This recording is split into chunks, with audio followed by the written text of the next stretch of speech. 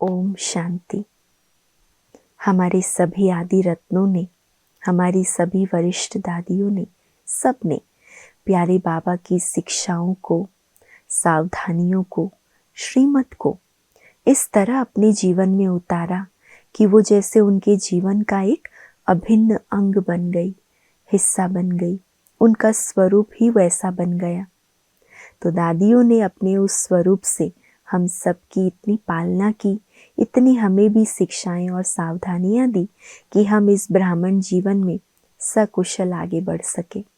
तो आज हम पत्र पुष्प में सुनेंगे हमारी परम आदरणीय दादी प्रकाश मणि जी की मधुर शिक्षाएं अथवा अमृत वचन।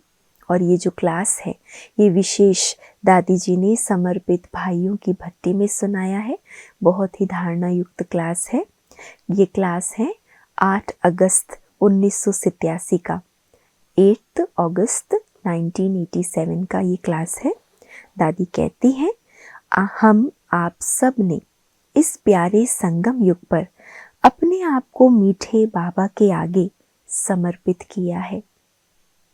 हमने आपने सबने इस संगम युग पर बाबा के आगे खुद को समर्पित किया।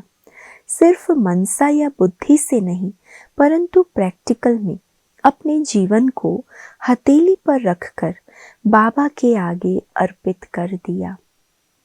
अपने जीवन की बागडोर बाबा के आगे अर्पित कर दी। सन्यासी सन्यास करते उनके मन में वैराग वृत्ति होती है, वो अलग बात है।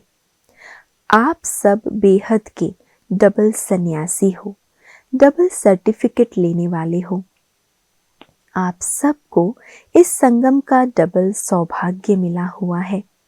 आपको इस ड्रामा में डबल पार्ट है, डबल कमाई है, डबल लॉटरी है, डबल पालना है।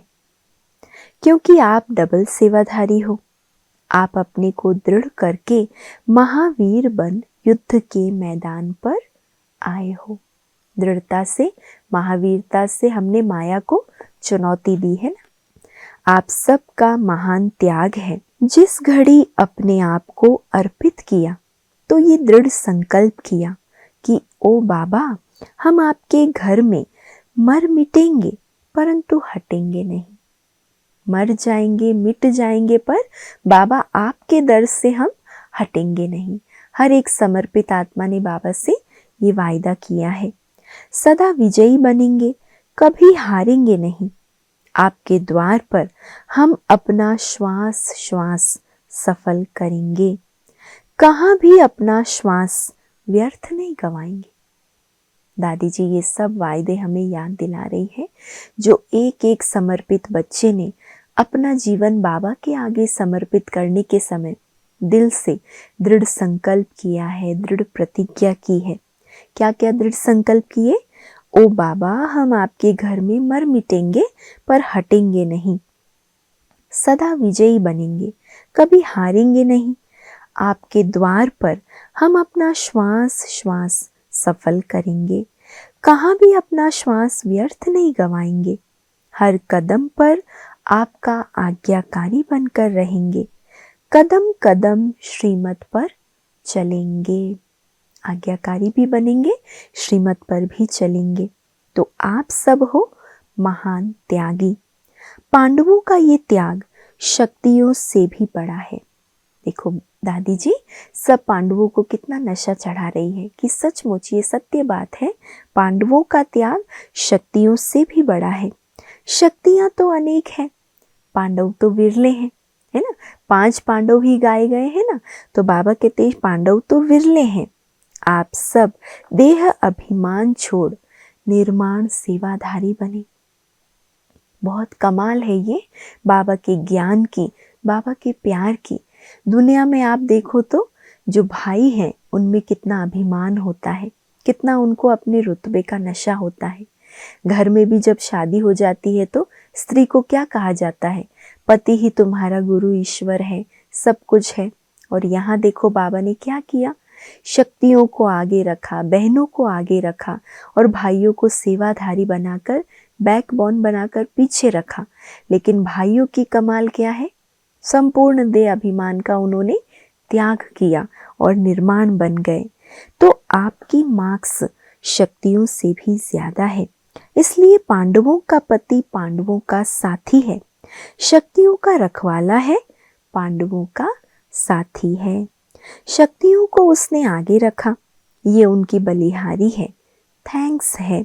लेकिन पांडवों का तो सदा साथी है। इसीलिए आप सब महान हो, जिन्होंने ये दिल में संकल्प किया कि हमें मोल्ड होकर रहना है।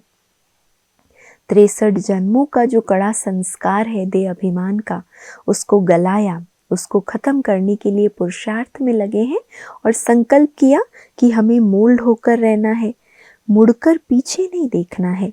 ये सब मार्क्स आप सबको एक्स्ट्रा मिल रही है। प्रवृत्ति में रहने वाले सीढ़ी चढ़ने के बाद उतरते हैं, परंतु आप लोगों ने अपने को सिद्ध किया कि हम बाल ब्रह्मचारी बाबा के बच्चे हैं। ये बाल ब्रह्मचारी रहना भी रिकॉर्ड है। आप लोगों ने दृढ़ संकल्प किया कि हमें सीढ़ी चढ़नी ही नहीं है, और जो चढ़ चुके हैं उनको देखना भी नहीं है। देखने से भी तो वृत्ति चलायमान होती है ना, चंचल हो जाती है। तो बाबा कहते रिकॉर्ड रखा ना, एक तो बाल ब्रह्मचारी होकर रहना है, कभी ये प्रवृत्ति की सीढ़ी नहीं चढ़नी है, और जो चढ़ चुके हैं उन्हें देखना भी नहीं है। ये भी बहुत बड़ा त्याग है। तो आप डबल त्यागी हो। अगर वह चढ़ी हुई सीढ़ी देखने में आती है तो पूरे त्यागी नहीं। देखनी भी नहीं है, ये मंजिल है। चढ़नी नहीं है, वो मंजिल नहीं है। चढ़े हुओं को देखना भी नहीं है, ये मंजिल है। दिखाई पड़ती है तो ये कमी है।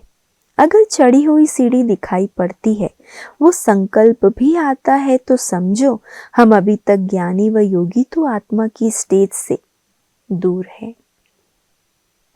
इसीलिए ये सर्टिफिकेट लेना है कि हम कोई देहधारी को नहीं देखते। हमारे इन नैनों में एक बाबा की ही ज्योति जगती है। तो अपने आप को चेक करो कि मुझे कोई भी हस्ती, कोई भी इस दुनिया की हस्ती अर्थात कोई भी पर्सनालिटी सूक्ष्म में भी आकर्षित करती है, या मैं सर्व आकर्षणों से परे आकर्षित रूप हूं। मेरी बुद्धि कहाँ किसी पर सूक्ष्म में भी आकर्षित तो नहीं होती। कितनी ये गहराई से देखने, समझने, चेक करने की बातें हैं। कोई भी हस्ती, कोई भी इस दुनिया से जुड़ी कोई भी बात मुझे सूक्ष्म में भी आकर्षित ना करे। मिसाल बताते हैं कि लक्ष्मण ने 14 साल सीता के साथ वन में बिताया, परंतु उसने सीता के अंगूठे के सिवाय उसको कभी देखा ही नहीं। ये मिसाल है ना लक्ष्मण के पवित्रता का। 14 साल वो सीता के साथ वन में रहा, लेकिन उसने सिवाय सीता के अंगूठे के, क्योंकि वो प्रणाम करता था, उसको मैया कहता था, तो कभी अंगूठे के सिवाय कुछ देखा नहीं। ये भी मिसाल है। ऐसे नहीं कि उसने देखा ही नहीं, परंतु देखते भी नहीं देखा, अर्थात वृत्ति उधर कभी गई नहीं। तो जब हमारे चंद्रवंशी क्षत्रिय घराने का लक्ष्मण कहता है कि हमने कभी सीता को देखा ही नहीं, तो हम सूर्यवंशी में आने वाले कैसे कह सकते हैं कि हमें कोई दिखाई पड़ता है। इस मिसाल को अंदर कायम रखना है। याद रखना कि जब चंद्रवंशी लक्ष्मण का ऐसा गायन है, तो हम तो सूर्यवंश में आने वाले हैं। अगर कोई दिखाई पड़ता है तो समझो मैं द्वापर वाला हूं, ना कि सूर्यवंशी हूं। ये याद रखना। चंद्रवंशी भी नहीं, मैं द्वापर में आऊंगा। यही है सबसे पहली मंजिल। कितनी सूक्ष्म मंजिल, परंतु कितनी ऊंची और कितनी श्रेष्ठ मंजिल है ये, देखते हुए भी ना देखना। अच्छा, ओम शांति।